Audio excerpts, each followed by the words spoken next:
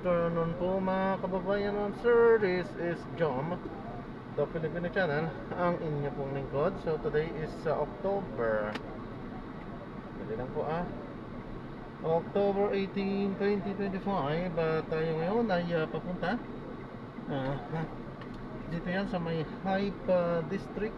Sandali lang, medyo nahirapan kasi tayo magbasa at hindi tayo makapag-focus. Yan, sa may Hype District Barbers, sa may Art Building, saan ba banda to? Sa may Amoranto Street, corner po yan ng Isarug Street. Dito yan, sa may Laloma, Quezon City. At dadalhin po natin sa may SM City North EDSA, corner po yan ng EDSA, Bagong Pag-asa, Diliman, Quezon City. Okay, so magbabalik po tayo mamaya konti. Pag nakuha na po natin sila, disclaimer lamang po ang content po natin ay kalsada at hindi ang passenger.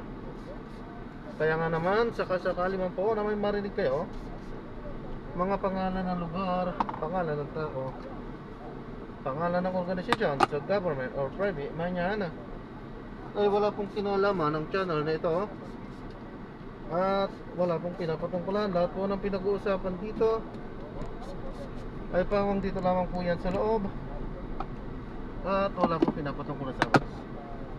Okay po. So magbabalik po tayo mamaya konti pag nakuha na po natin sila.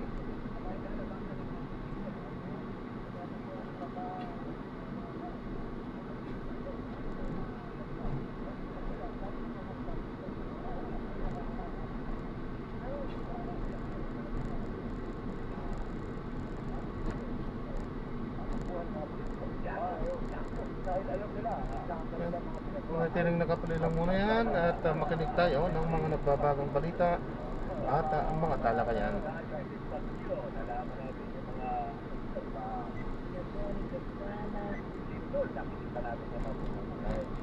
Sabi na kanata, meron sila ngayon na parang pinapagkat sila lahat ng lahat ng naman. Kasi nga, di ba, bakit sa pahayag ng mga dating president, ang sabi lahat daw na ginawa sa Bulacan ang bibigyan ko siya sa grabe. So, delikado po, no? Kailangan siya sa pangalan na kabataan natin yan, di ba? Pero dapat nilang i-check naman yung mata. Online. West Valley po. West Valley po. Kapag search siya, dapat bumuho, baka may tagunan. Kawawa, pagka... Ito man nag-visit ako sa hotel. And concern ako. Very concern ako. Mababa. Thank you, sir. Salamat sa salamat. Sabi pa, todo mag-kumuha. Baka mag-ano, todo mag-kumuha. Huwag naman. Sana mahal natin ang ating mga polis. Mahal ba? Dapat i-survey natin. Mahal, di ba? Kaya, nandito sila lahat. Para makapag-spray, di ba? Magkaisa. Pag-isigil. Salamat din sa mga nagustuhan yung basaglan namin lang sa today. Sabi nila rin Bardakulan. Kabangin. Hindi parang silang yung pag sinasabihan ka, napapatay ka. Tapos yung nilang, di ba? Hindi ako mga tao. May isipin lang. Inaapakan nila lang. Ina-admonish lang kita. Sino ba dapat magtrabaho na? Sino susunod? Ikaw. Si Earth. Nakaipakin nila para kay Boy. Si Earth Boy. CG2. D. Team replay here. Wow, number 14 ka natin. Wow. Senator Lopez. Kung miss na pereksyon. Kung hindi tatakbo ang mga kung accurate ang the survey says sana seryoso rin yung tumakbo ng 2020 at may isa na kayong boto oktawa at ang bad ng kaunti sa campaign fund nyo. Okay, tumakbo sa Gcash na wala po nagpera ba talaga?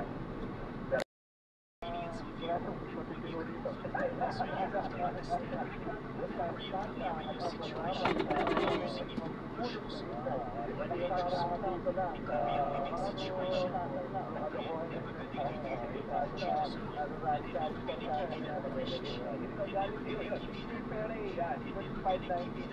Sama na. Hindi na nakakatuwa niya. Sana naman magkaroon tayo ng tunay na pangarap na magkaroon ng maayos na gobyerno sa mga leaders. Nagawa ng ibang station strategy at iyan strategy na mabigyan ng magandang pamamalakad sa kanilang bansa. Naitin natin yan. Gano'ng yaman ba ang kailangan nyo naman madadala sa kabilang buhay? Pero yung mabuting gawa po, never na madadala. Passion na lang. Inspirasyon kayo, mga Pinoy, especially Pinoy. Wow! Okay na. Okay na sana. Very comparing na sana. Yung accent lang. Accent. Hindi ba na pinipili lang isa mga mahaba na mahaba, oo. Napundod na tayo eh. Pero, ayun. Koyong, last one. Hello po, 4 alas 10. Let's say po, more value. Working IT po sa Taiwan. Sana po mabasa. Uy, huwag ka masyado magkapagod ha. Tayo na, malapit na kayo event. Sana po, sana po. Nakikinig to the side of the fair. Issue ni Mayor Magalong. Okay, Mayor Mayor Magalong is a good person. Siya po ang nagbalik sa Pilipinas. Sana po, maging maayos ang bansa. Ito po, papataling. Sino-sino, sana po alamin na lang at magtrabaho para sa pagbubuti ng bansa at kapag Pilipinas. Alamat po, tayo po na. At alamat po, binasa niya. Alamat po, hindi, yung tapos. So, pumipili ka lang sa dalawang ano, pinano ko eh. May bayad eh. Ito ko lang po. Hindi lang. Ano po nagpapakalit kami? Oo, kaya ito po ang programa ang sinabang sa sarili. Ang baguan ng iba. Yung objective nilang buhay. Self-respect. Yun ang objective yan. Ito yung mga kain. Kulang sa iya. Kulang na kulang. Sabi ni my favorite game. My favorite? Daming pasabog dito kiyaman. Ay, doon! Huwag makalimot ang kababayan sa mga traidor na handang ibenta ang Pilipinas sa isang bansang nagdamang kasualat. Isa lang pakiusap ko. Ito parang yun ito eh.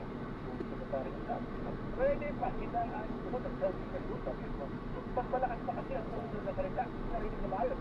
Salamat po naman yung continue to be fearless. Yeah. Ang dominant po is what you buy. Alan Herman.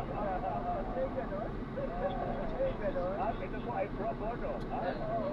Kaya kailangan namin ang sarili namin sound effect. Kailangan nakanda.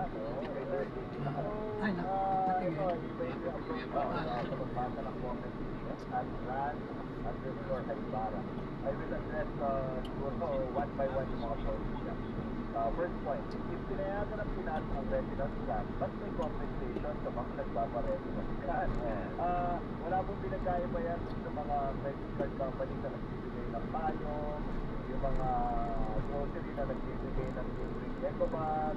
Ano po yan? Intensification po yan at that's perfectly allowed under the law. Hindi naman po ako lang spokesperson sa kumpanya.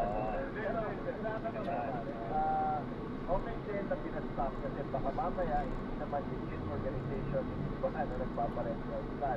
Ang gumagawa lang po dyan sa Pilipinas ngayon yung World IT. Si Sam Altman po ang behind World IT. Yan po pinaka-legit na legit pa sa legit. Patay ng AI. Nag-invento po yan ng ChatGPT sa AI. Dati pa yung regional plan tinatago pero ano nangyayari? Hindi naman tayo nag-advance. Hindi po actually the new technology, dahil new technology. At wag po tayo mag-panic dahil yan po ay pampalit lang sa CAPTCHA. Ang familiar kayo sa CAPTCHA, click all the boxes na may notebook. Click all the boxes with a motorcycle or a bicycle. Kaya-kaya nang gawin niya ng robot. Kaya-kaya nang gawin niya ng happy work. Kaya po may makabagong teknolohiya. Medyo sketchy lang. I respect your opinion, sir. We respect your opinion. And I'm curious, bago ba i-regional plan na sasabihin yung purpose ng mga tao? Just saying, 4 muna seminar ang dinadaanan ng tao bago magpa-regional plan. So yun lang po. Eh ako nga, kasi sabi niya, pro yan, makakasihin niya, any, sabi nga nila, pag nabuhay ka sa match na nandito, na tapos para nakakita ka ng bagong pagkat sa siyensya, ay nakakita ko, sabi na, the fear of the unknown, lagi yun. Pero we need to develop. Akalain nyo ba na meron tayong iPhone ngayon? Dati, nasa Nokia lang tayo. Akala natin the best na ito. So, may ganun siguro na bigyan natin ng bukas na pananaw ang mga bagong teknolohiya na kapatid.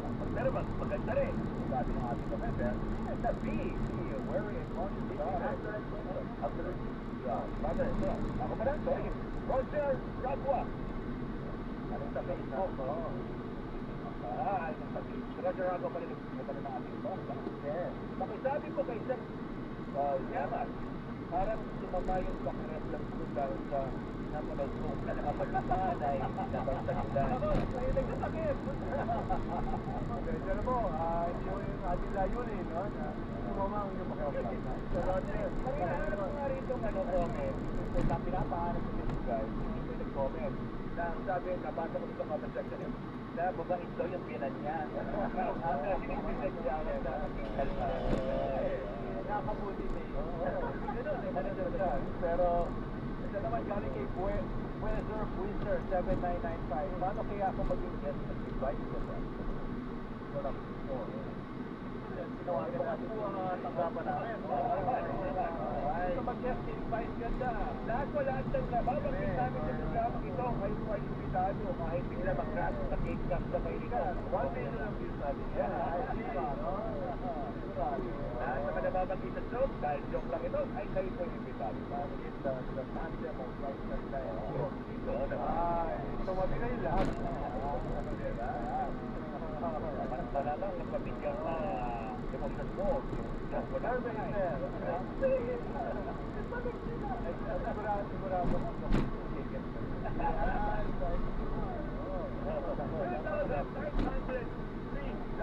Viewers na po tayo. Salamat sa maraming bumapansin ng aking photo-photo. Oh, yes. Thank you very much for napalalunong siya sa Apple. Thank you very much. Kasi marami ka sabi, pansan, piling ba ito? Ano ba ito? Kaya photogenic, gumapo ka daw. Oo. Photogenic. Hindi talaga yung photogenic. Yan. Okay, kasama na mo. Siyempre, ha? Natutunan tayo mga topic. Marami ko magpapagod para sa araw na ito. Kaya huwag kayong kakalat. Magbabalik ang Astro Alam!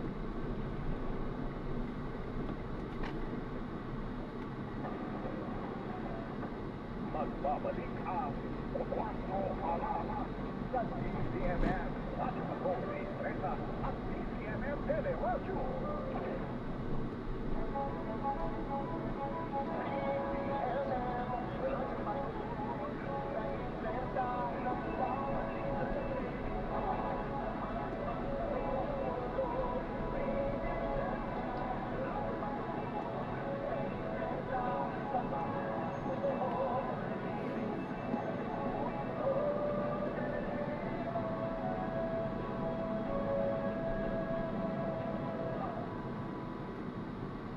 DCMM Radio sa Cobre Estrella at DCMM Teleradyo. Una sa balita, una sa public service. Katabi ng KBC, kapitan ng mga podcaster ng Pilipinas. Ang oras, 1:59 na po ng hapon. Ang oras ay nagsisinyo ng Lemex for Kids. Mommies, agapan ng galawang po at lemang nakatara. Pambatang na hindi, Lemex. Basta AM, Ang programa ito ay nagsisinyo ng Lemex for Kids. Mommies, agapan ng galawang po at lemang nakatara. Pambatang na hindi, Lemex. Ang programa ito ay nagsisinyo ng Lemex for Kids. Mommies, agapan ng galawang po at lemang nakatara. Pambatang na hindi, Lemex. Get ready! Some of the biggest names in the world of golf are set to wow sports fans. International Series Philippines protected by Bingo Plus. Debuts in Manila from October 23 to 26 at the prestigious Santa Elena Golf Club. It's more than golf. Enjoy headline concerts, live music, and interactive fan experiences. Tickets are available now at SM Tickets with free entry on Thursday and Friday. Don't miss this ultimate celebration of golf. International Fair Utilities is presented by Bingo Broad. Gambling is for 21 years old and above only. Gambling can be addictive. Know when to stop. Tara na! Masanda sa GCMM! Makipagkwentuhan ang kulit at sa aming anchors na sasakay sa iba't ibang jeep sa Metro at Mega Manila. Sagot na namin ang pamasahe mo. Makakatanggap ka pa ng regalo mula sa GCMM Radio Patrol sa Estrella at GCMM Teleradio. Kaya abang-abang na, baka ikaw na ang makasakay sa GCMM.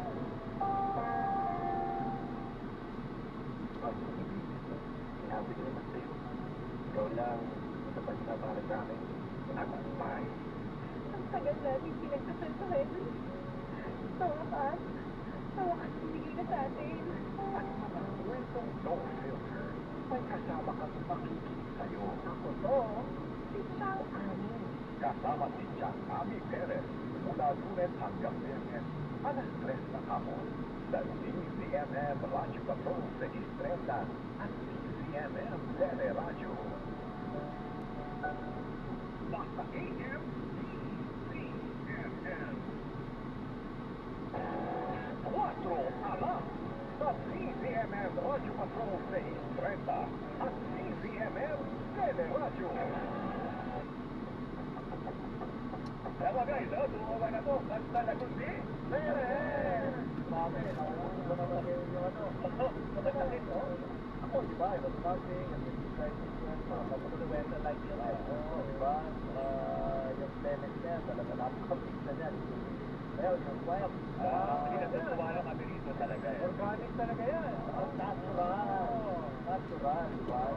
Purely from Laguna. Katulad ng nandito apat, very natural. Organic. Kaya rin kami nagtulungan dahil may commercial sa Rumarek. Keep it coming, guys. 2,500 viewers na po. Diba? Grabe, guys. Alam mo, Prof, meron ka bang pasubali sa ating mga manonood na crowd surfing na survey wala, alam mo ba kung yung pinapasubali? Ano yung pasubali? Mauna. Oo. Teka, mamaya pa. Dalawa mamaya pa yung segment. Mamaya pa. Kasi si Alan, kinakausap pa ng anak ko eh. Pero yun nga, mamaya papakinggan natin babasang mock-town. That's survey. Oo, kung ilan ang naniwala sa nagkabot sa forum. Yan. Mamaya, pero para mas masaya, nato yung sagot. Oo. Kulog na yan. Never change. Never ever change. Ito na rin ang all one. Nabanggit natin kanina yung yung gamot na plebe. Yung plebe. Mga kapag na yan. Kapag-usik. Natural. Alam mo ba kung natural? Ano? Opo, at puso. Kulay din yan. At patula. Opo, at patula. At patula. Ayan. Isa itong herbal. Para sa inyo siya. Herbal. Okay, nakikita natin na marami tayong mga magabago sa aming mga bata na nagsasabi. Sa mga bata, pagtay ko lang sa mga kabataan. Huwag magmadaling sumikat o magmadali na kumiga o magbuga ng mga salita na hindi niya. Darating at darating ko ang surok ng inyong panahon. Huwag magsurok ng sitwasyon ng iba na walang ebidensya o pakay para mapabuti ang kalagayan dahil problema. Dahil babalik ito sa iyo bilang sila'y lamang na mas makapagpagalitan ng gusto. Ang respeto ay itinilay para makuha mo rin. Ang tiwala, mahirap dahil madali ito mabawi at masira. Ang integridad, ito ay pinaghihirapan at sinusukat sa tagal ng panahon na may taglay kang respeto at gawa gandang at tiwalaan na hindi binabago ng panahon, pagkakataon, sa iyong paninindigan na ginawa ng mga. Hindi masama ang vision, guys. Kung may kaakibat naman itong servisyo para sa publiko. Ngunit kapag ito ay makasarili, lalaki ka tulad sa mga trapo na iniiwasan at pinapalit. ilagay sa tamang lugar ang kapangyarihan ay pinagkatiwala sa'yo. Hindi ito minawagayway na parang ikaw lang ang may solusyon sa mga problema ng bayan. Pagkat ang tunay na leader, kung gusto mo na may mga sumunod at sumoporta sa'yo, kailangan sumunod ka rin sa sabi ng batas at sumoporta sa tunay na pangailangan ng mga kapatid. Umaasa kami, mga lolo ninyo, na kayo ang magpapatuloy ng liwanag na magdadala sa ating bansa sa kalingawahan ng mga pananili. Ituwid nyo ang aming pagkakabalik. Hindi kaya, Ama, kayo na mulat na matapat tagpalan ng ibong mga yan po ang pangalanan ng inyong mga lorada. Mo, kamulan na tayo. Natatangos yung sinabi mo, brother, dahil kaya nga nasasabi sa inyo nila. Parang nakakulumusik mga press-con lang. Ang dami ng press-con. Itong pinakahuling press-con, parang yan ang naalala ko. Ang binasa mo yung report sa lola mo, no? Na huwag masyadong dahil sa nilang magkaroon ng spotlight, dahil sila sa soundbite, reputasyon na ng tao eh. Oo, yung niyuyurak na sila na wala namang ebidensya. Speculasyon. Pero pag speculasyon yan, at sinabi mo yun sa isang press conference, malaki ang epekto niya. Kaya pa naman tayong court of public opinion. Lalo na ngayon dahil siyempre pag lumabas sa social media, iba't iba yung mga informasyon, parang ang hirap na pabawiin yan. No? Maganda po kung meron sinasabi ni Bato Alakan ng may ebidensya ka. Ang ganda, no? Magkaroon po tayo ng consciousness na tayo po ay tumitingin sa mga kapitbahay, sa ating mga sarili, na kung ito ay yung sa seguridad. Maganda po yan, no? Pero kung titingnan nyo po ay, baka meron kumagrak, baka meron mahirap po. Parites ang solid sa kanya. Ngayon, hinahanap check yung ebidensya sa kanyang mapag-cellphone. Sa ilagay siya. Oo. Yan si Vice President Sara. Medyo wow. Hindi na lang yung nasabi. At naalala ko sa question ni Sarang sabi niya, kung nawala daw siya, nawala na daw na accomplishment yung DepEd. Actually, yes, in fact, nilahat niya. Sabi niya ako yung parang nakikitang performing agency ng panahon ni Pangulang Bibiner. At nakuha ko naman doon sa press ko ni VP Sara ay kung tinapay siya sa agency natin. Yan, nakuha ko sa press. Yun yung main message takeaway na nakuha ko. At dito po, naisip pala, maganda yung binanggit niya rin, kasi di ba lahat tayo tinatanong sa mga investigation kung saan ginamit yung presidential fund. Paano yung sinigot niya? Yes. Sabi niya, ang sasabi namin, nabalita mo ba yun? Oo, dahil ginamit daw niya confidential fund sa isang taon. Ito, investigahan. Paano nagamit? Pangalan? Baba Yato. Yato. Sa mga koda. Ayun, pinaliwanag na isang araw, ginamit namin yan para investigahan ang korupsyon sa loob ng DepEd. Oo. Pero, natatuklasan, hindi po kami. Oo. Dahil, hindi nila nahalap. Yung korupsyon sa loob ng DepEd. Pero maganda yung sinabi niya. Nung nandun siya, sa kabinet, pinakamaganda ang project. Yes. Pero usually kasi pag ganyan, kukuha ka ng tao, babayaran mo yung PR para sabihin mo. Sabi, I will not be alluded to at all.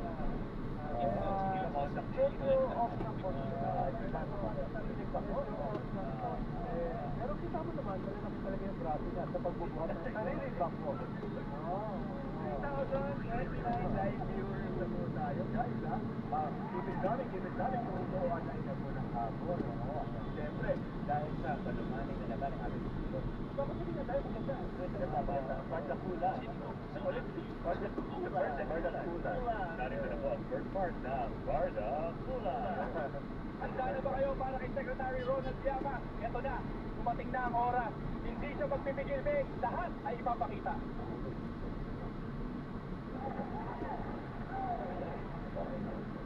Medyo maganda po yung naging press conference ni Vice President Sara Duterte ng isang araw. marami siyang mahalagang nabanggit. At nga niya, malapit na ng palapit sa kanya. Investigasyon ng bagong nararamdaman na ito ay parang dinadivert yung atensyon sa mga tunay na problema dito sa korupsyon. At dadalhin sa kanyang mga luma ng mga sasabihin ng 120 million na confidential fund na ginamit naman niya laban sa korupsyon sa DepEd. Tapos ano ba naman yung 120 million? Ang korupsyon sa daan-daang million. Korupsyon. Ang alam ko kasi, sabi nung nanay ko, ang korupsyon, kahit magkano yan, ay korupsyon. Pero 120 million piso, pero 120 million. 100 million, korupsyon na. Pero ang sinagot na niya, yun pala ay ginamit sa paghahanap ng korupsyon sa loob na kanyang ahensya. Problema, wala siya na. Sabi na natin kanina. Pero yung press conference ay papanoorin mo yung kabuuan. Ano na makikisimpan sa Presidente? Parang siya ay gusto subisin. Hindi ko alam ang bakit. Hindi ko alam kung bakit siya gusto subisin. Hindi ko siya masyadong ginoo. Ang sabi lang niya, ay papahukay niya yung bangkay ng tatay ni President Bongbong at itatapon niya sa West Philippines. Ang sumagot. Ikalawa, ano bang sinabi niya? Gusto niyang ilitan ng leeg yung presidente. Sinabi pa niyang ganon.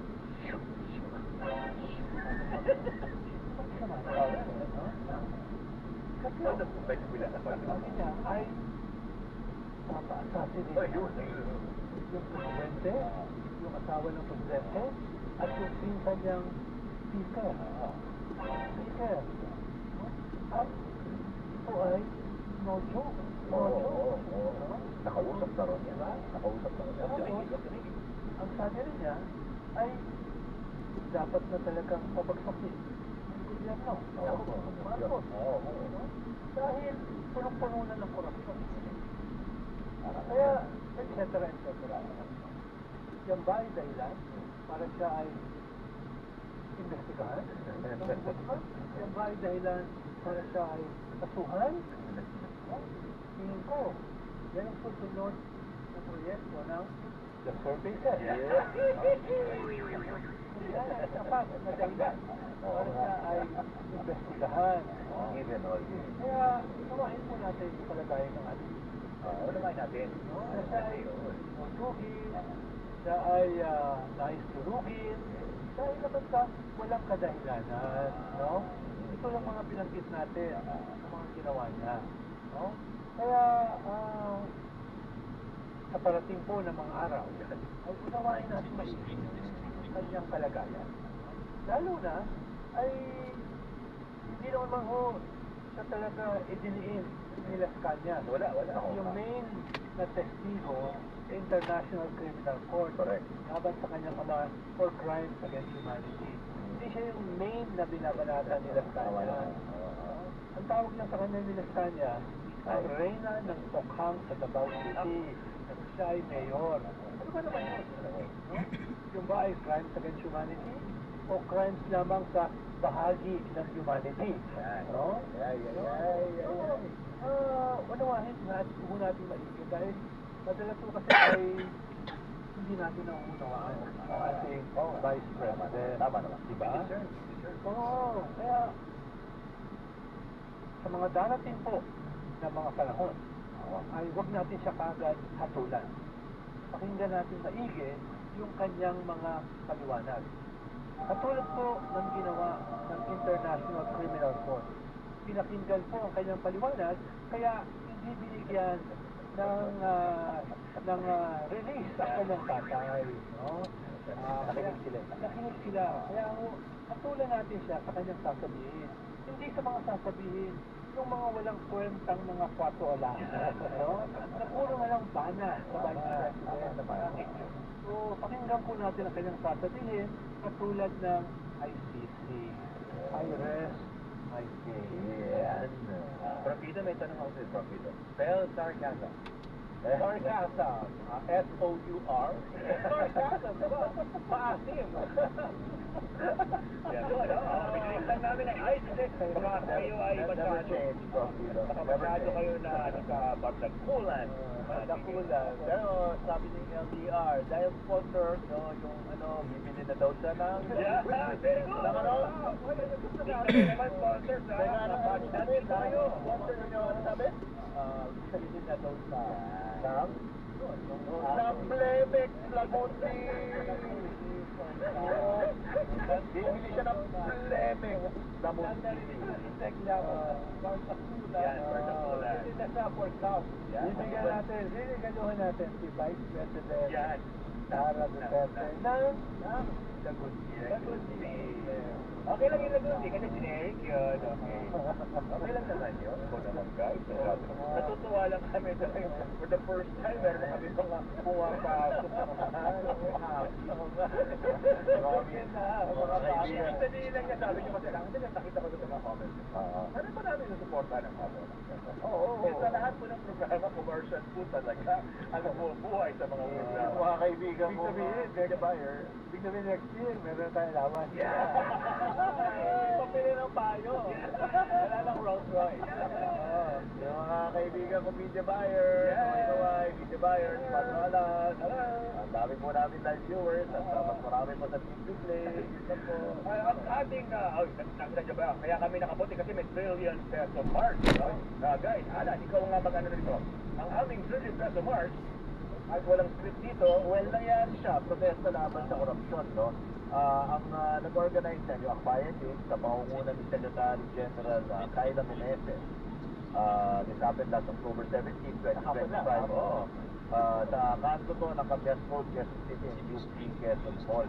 So, bilang bahagi ng countdown patungo sa nalalapit na malaking rally sa November 30, nagawa ng kilos protesta ang Bayan Youth sa EDSA Capias laban sa korupsyon sa pamahalaan, particular na sa mga umano'y paanumalyang flood control project. Magaling daw yung yung founder ng Akbayan na yan. Napakagaling daw yan eh. So, ang mga dumalo dito, mga kabataan, si Dante, ibang pang sektor ng lipunan. Tapos nagtalumpati si Kyla Meneses, Secretary General ng Akbayan Youth. Sabi niya, hindi titigil ang mga kabataan. Totoo naman, Gen Z na ngayon, di ba? Mga magulang at mga ordinaryong Pilipino hanggang hindi malinis ang gobyerno. So, damang alas 10 ng alas 10:30 ng umaga, nagsimulang mamahagi ang mga rallyista ng white ribbon at pin sa mga motoristang nakahinto sa stoplight. Ang white ribbon ay simbolo ng pakikibaka laban sa korupsyon. We also love the color white dahil ang galit sa politika walang kulay. Hindi po ito about political beliefs or political colors. This should be, pag Pilipino ka, dapat galit ka sa korupsyon. kulay natin, kayo manggi. Oo. At marami tayo nakita. Yan, nila, nakita natin sa Malolos, Bulacan. Ang partido manggagawa sa highway. Ikaw, ikulong yung mga kurakot at nakalibon sila ng kusin. Pero din sa Cebu, pero din sa Cagayan de Oro. At marami pang mga lugar na hindi natin na-monitor. Pero nangyayari sa University of the Philippines. Yun, yes. Montañas, continuous. Walkout. Ni Doc Guido. Tayo mo na si Doc Guido. Oo, nandun sila. Araw-araw. So, ito ho yung first time na nakikita natin ito since noong 80s. Correct. Absolutely. Araw-araw may mga pagkita sa mga tao. Halos lahat ay spontaneous. Ito yung talagang ino-organisa ng mga katulad nila Alan Herman. Yan. Talagang ito ay isang loob na lumalabas. At pare-parehas na sigaw. Ano yung ikaw? Chances, brother. Mamaya. Teka lang. Kasi ilan mo, itong news na itong news by the Bakit napansin niyo rin sa lahat ng mga sports events, di ba? Sa mga concerts. Oo, grabe. Nakakatawa. Oo, nateka ko lang. Natapapanood ko. At yung mga estudyante, yung mga audience na talagang, anong gusto pa natin mangyari? Pero may mga senator at congressman ba na dumadalo? Sabi ko na. Lagi sila nandyan. Oo, nako. Ayun, wala kang makita. Naka-t-shirt ba yun? Bakit kaya? Naging ghost na sila. Naging ghost na. Nawawala. Sabi nga namin dito sa Watualas, labahan na kayo. Pag-comment, continuous, unplanned, yung mga karton na nakasulat. Sabi ng ama, Kareli Hernandez. Matakot na kayo pag gawa na sa karton at kartolina at dental pen marker ang ginamit para gumawa. Pero huwag din natin kalimutan, no? May mga iba pang problema. Nakasabay yan.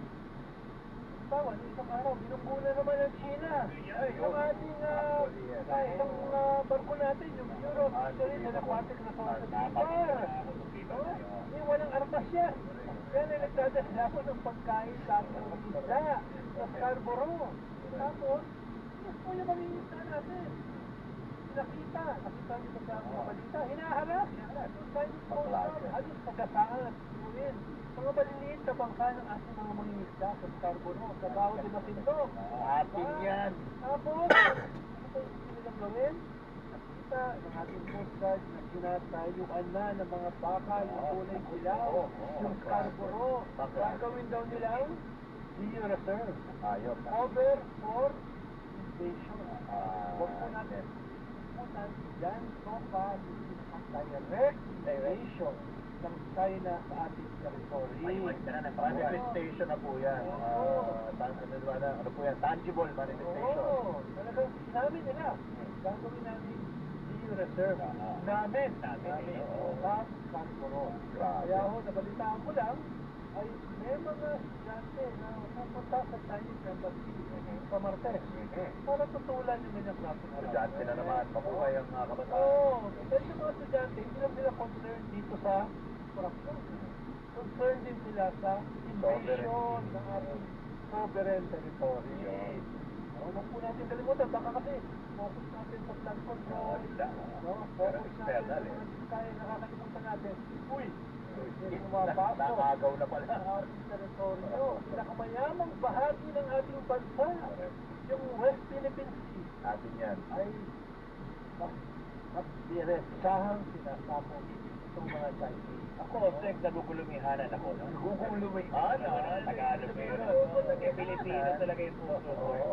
Nagugulumihanan ako doon sa, kapag nag-post ka, yung mga ganyan na parang ina-assert mo ang iyong seguridad, kalayaan, karapatan.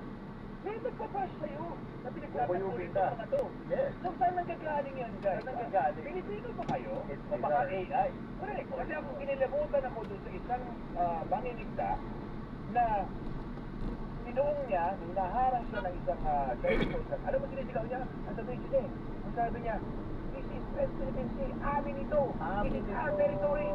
Yung mamang yun, yung manging isda na yun, pinaglalaban niya, matay pala ito talaga, pinaglalaban niya karapatan nating lahat ng mga Pilipino. Nakagatan. Sana po, lahat. Nung dati kasi, nung mga bata kami ni Alan, nabas ko yan si Alan. Oo. Kaya napanood ko yung pelikula. Tawag ay The Manchurian Candidate. Pumapasok sa gobyerno, nagpapanggap na nationalist, yung pala siya ay espiya, traidor, kandidato ng isang dayuhang bansa. Inihahanda. So ngayon, yung mga Manchurian candidates nakalantad na. Ipinagmamalaki ang kanilang katraidoran. Yan yung mga bumabanat sa'yo. Pero ang kanilang mga leader ay no longer hiding in plain sight. Ikaw na nila ang kanilang loyalty sa mga dayuhan ito. Ang problema, minsan hindi natin nauunawaan. Binoboto pa natin. Itong mga traitor na ito. Dahil sinabi na nila na sila ay no West Philippine Sea. Hindi natin nakita yung kanilang track record. Grabe, di ba? Dahil lamang nagsuot sila ng t-shirt sa basketball day, nakasulat West Philippine Sea, at patalon-talon sila, akala mo sila ay hindi na mga traidor. Po tayo At ironically, itong mga traidor na senador na ito, ay mga traidor din dito sa usapin ng korupsyon. Dahil yung mga traidoran, ay kamag-anak ang korupsyon. Correct. Ako naman sila makapunta. Iisip ko sa t-shirt. Wala na. Wala na. Kung wala na yun. Ako, they might get chanted out of the venue. Pero ako naman, speaking of performance yung no? Ako natatawa lang ako dahil siyempre, si Michael Buddy nung sinabi ni Tech na Manchurian candidate. Ang sinabi ni Denzel Washington, nagpabata. Sorry naman. Remake na yun. Yun ang inatos ko. Ang original doon, si Frank Sinatra, si Janet Leigh. Sorry. Janet Who's Leigh. Frank?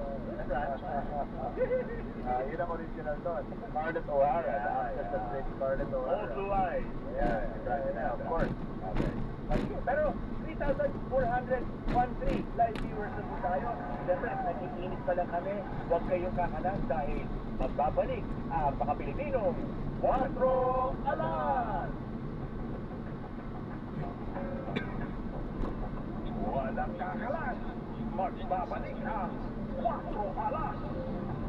Basta AM DZMN.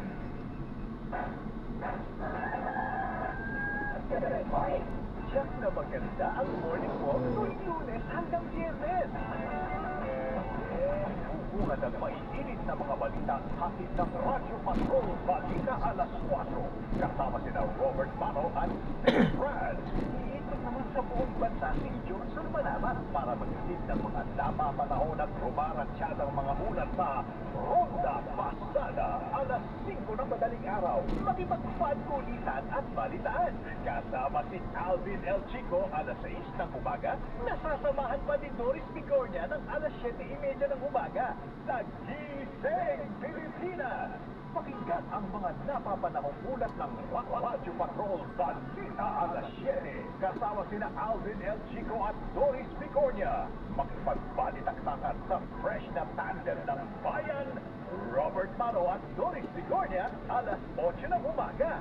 Tatapatin naman ng witty tandem nila Peter Musi at Rica Lazo ang mga i-issue ng bayan sa Balita Patan alas 9 ng umaga. Kami ng paspalad na paglilingkod ng pinaka-pinagkakakiwalaang boses ng bayan, Kabayan, Noli de Castro, sa Kabayan.